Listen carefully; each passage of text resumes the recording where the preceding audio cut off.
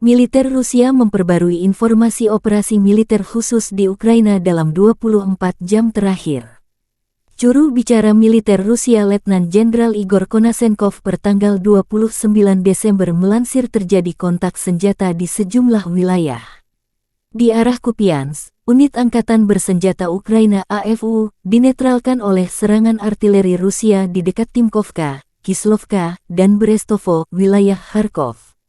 Lebih dari 20 personel Ukraina, 2 kendaraan tempur lapis baja, dan 3 kendaraan bermotor dieliminasi.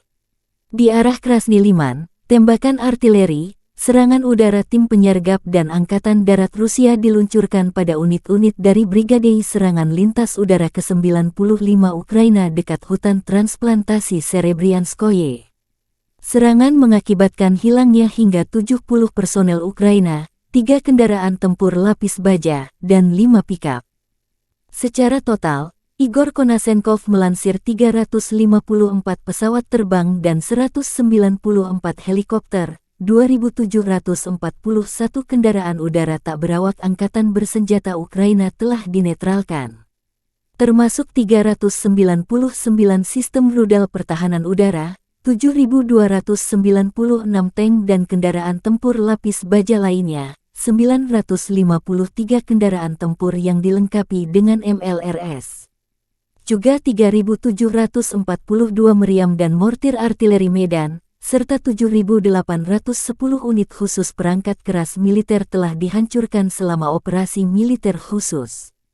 Dari kubu Kiev, Kementerian Pertahanan Ukraina merilis sebanyak 790 prajurit Rusia dinetralkan dalam 24 jam terakhir.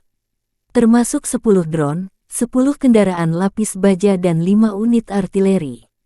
Secara total Rusia kehilangan 104.560 prajurit sejak awal serangan. Termasuk 283 jet tempur, 268 helikopter serta 1.717 drone. Juga 3.018 tanks serta 2.004 unit artileri. Panglima Angkatan Bersenjata Ukraina Jenderal Valery Zaluzhny mengklaim menembak jatuh 54 rudal jarak jauh Rusia dari total 69 rudal yang dikirim ke sejumlah wilayah dalam serangan besar-besaran Kamis pagi.